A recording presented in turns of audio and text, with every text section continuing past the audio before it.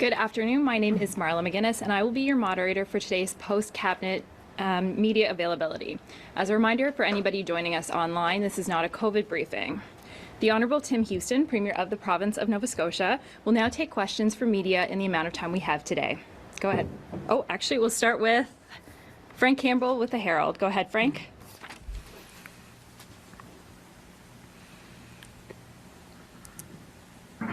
Hello there. Can you hear me? Hi, Frank. Yeah, we got you. Okay. Thanks, Premier. Yeah, just wanted to know if you could fill me in a little bit about what happened with the Premier's meeting, specifically around the Atlantic Loop and where that stands. I know the federal government has said it's not going to jump into anything immediately to provide some funding. Yeah, so yeah, thank you for that. So obviously the Council of Atlantic Premiers met on I guess it was Tuesday. And Minister LeBlanc was there with some of his staff. We spent about an hour together talking primarily about the Atlantic Loop. And actually, as I said earlier in the week, I was pretty encouraged about the discussions, and the reason for that is it was obvious that the federal government feels a sense of urgency.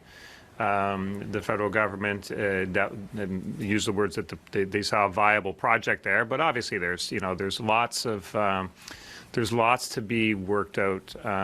It's a significant project with a very tight deadline. When you think about it, 2030 is not very far away. So there's lots of work around engineering to happen. There's lots of work around construction to happen, and for the most part, most of that can't really start until the financing is worked out. So that's why there's a sense of urgency. So certainly there's information being exchanged back and forth around the business case. The federal government is asking very fair questions. They're similar to the questions that I'm asking of our utility here in this province, and my colleagues, the Atlantic Premiers, are asking in their own provinces as well. So, but for me, it's very focused on affordability, very focused on protecting the ratepayers, but no question, there's work to be done, but very happy that that work is being done by determined people at the provincial level, at the utility level, and at the federal government level. So I think all in all, it was a great discussion. Frank, do you have a follow-up question? Yeah.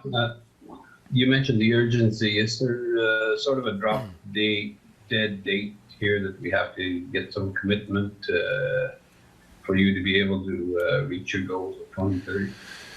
I think, look, it's sooner rather than later for sure, and most of the discussions that I've been involved in talk about, let's try to get somewhere. We're a little closer on understanding where the money will come from, which programs, how it will be financed, in the first half of the year. That's kind of in my mind heading into summer. There's going to need to be some clarity around how this is financed. And again, my number one focus is affordability and impact on ratepayers, province of Nova Scotia. Next, we'll go to Paul Bacon with All Nova Scotia. Go ahead, Paul. Hello, Premier.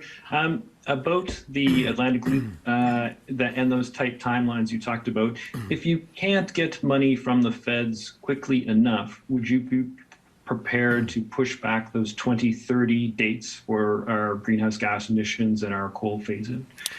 Thank you, Paul. I think it's way too early to start speculating on Plan B, Plan C, Plan D. Right now, we're very focused on Plan A, and that's the Atlantic Loop project. That's greening the grid. That's getting off coal in a way that is affordable for Nova Scotians. So we're still very much focused on that. There's lots of discussions happening at the staff level, at the elected official level, and I have no reason to believe we can't advance that in some way, shape, or form. So to that extent, I'm not looking at other options right now.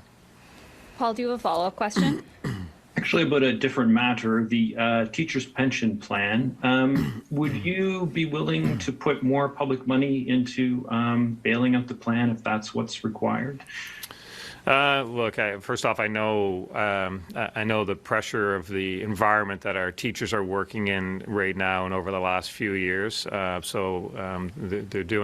working in a stressful environment in many ways, certainly with the pandemic and pressures that were there before that. In terms of specifically around the pension issue, there's a 3-person panel that's doing some work on that.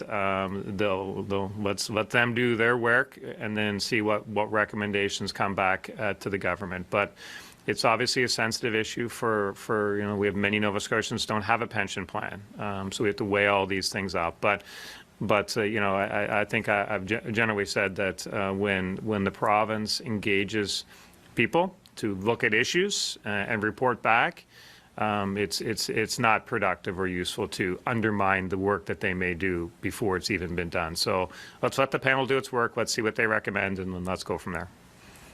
Next, we'll go to Mike Gorman with CBC. Go ahead, Mike. Thanks. Hi, Premier. You talked about this a little bit yesterday, but I wonder when it comes to considering additional support for businesses amidst the pandemic, what would you need to see or what would you be looking to hear in order for you to consider giving additional help to businesses?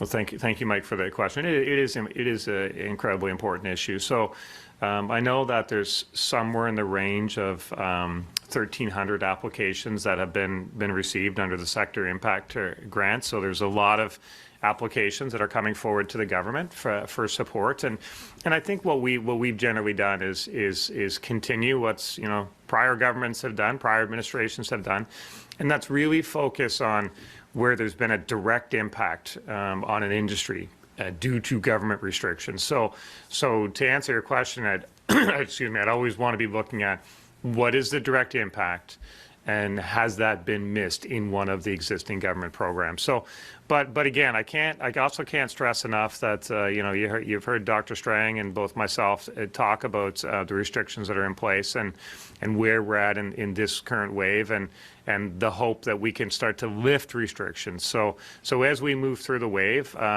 we'll be conscious of that too, that we're almost through the wave. But the answer is direct impact on an industry, and that's been missed by some existing program. I'd be willing to consider those things.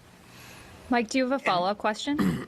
Yeah, thanks. And so just to clarify on that then, Premier, at this point, is it your view that really, as opposed to hearing from a few businesses anecdotally, what you really need is sort of a critical mass from a given sector to convince you that there is something that thus far the government has missed?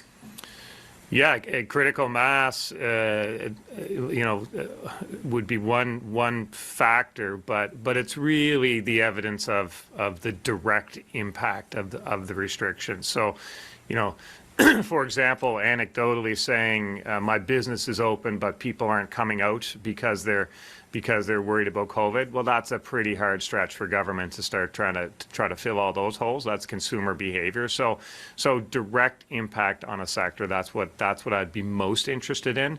And the critical mass part would, it might start to highlight that direct impact, but we're very focused on the direct impact of the restrictions on the business. But again, I can't, the programs that are in place have been in place by prior governments through a few different waves. I believe it to be the case that when COVID was new and supports were new, there was, it was ongoing as to what might have been missed and what could be done differently. But over time, it's, sadly, we've been through this before, and those support programs, we've continued them, we've added to some, but we would look for a direct impact to try and make a decision. Next, we'll go to Keith Doucette with the Canadian Press. Go ahead, Keith. Hello, Premier. I'm wondering your reaction to news that Muskrat Falls is delayed yet again until at least in commissioning until at least the end of May. How concerned are you about the developments in Newfoundland with that project, which, as you know, is really vital to our renewable energy strategy?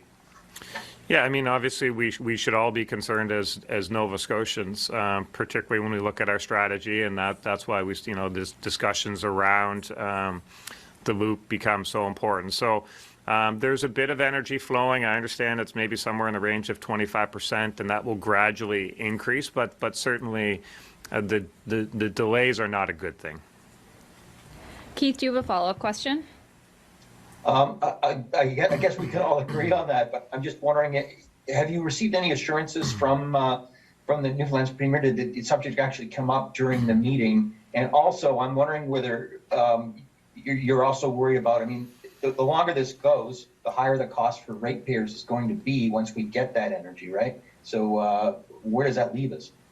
Yeah, there was no specific discussion about Muskrat Falls at this particular meeting. So, you know, but again, my understanding is that it will gradually increase.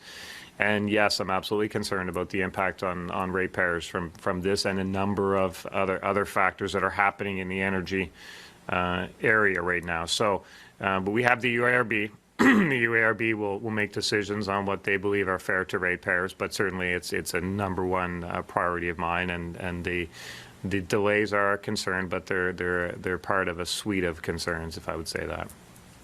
Next, we'll go to Callum Smith with Global. Go ahead, Callum.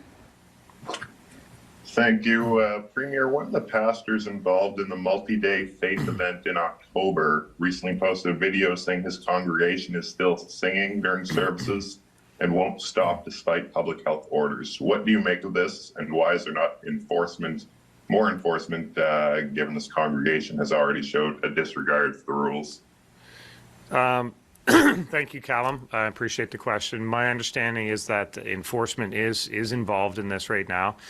But I mean, obviously, it's ridiculous with what Nova Scotians have been through in the pandemic and the pressures on all Nova Scotians for anyone to ignore public health orders. It's certainly not acceptable. But my understanding is that enforcement is a file that they're looking at. Callum, do you have a follow-up question? I do, thank you. I guess, Premier, I'm wondering what coordination, on a different note, what coordination you've had with Premier Higgs regarding any border demonstration or protests against COVID mandates and rules this weekend, and what do you make of the demonstration and convoy that started in Enfield this morning? What have you heard? What have you seen on that front? Yeah, I think just in terms of your question, I mean, I think everyone's kind of equally concerned about the demonstrations. We're all on the same page. I think governments across the country and around the world that vaccines are effective, vaccines are important, and certainly in Nova Scotia, the mandates that we've put in place have been important, have been respected, and so we encourage people to get vaccinated and to do what they can to keep their friends and neighbors safe, and the way out of this pandemic is not blocking highways. So you know, we'll work with law enforcement and internally with our departments and stuff to do whatever we can to make sure that goods and people continue to have free flow on the highways. Next, we'll go to Jean Laroche with CBC. Go ahead, Jean. Yeah, I won't till the soil I was going to till quite well, but in response to Frank's question, I do have a follow-up, and that is, you said you needed to hear something from the feds the first half of the year. What specifically do you need to hear from Ottawa?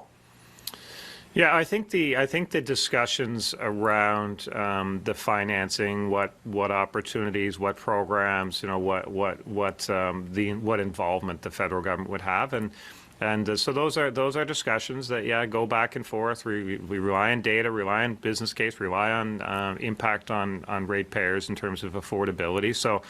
So what you know, when you get to the end of the first half of this year, we would hope to have some clarity over how this will be financed. Sean, do you have a follow-up question? Nope, I'm good, thanks. Perfect. Okay, we'll go to Jonathan McGuinness next with CTV. Go ahead, Jonathan.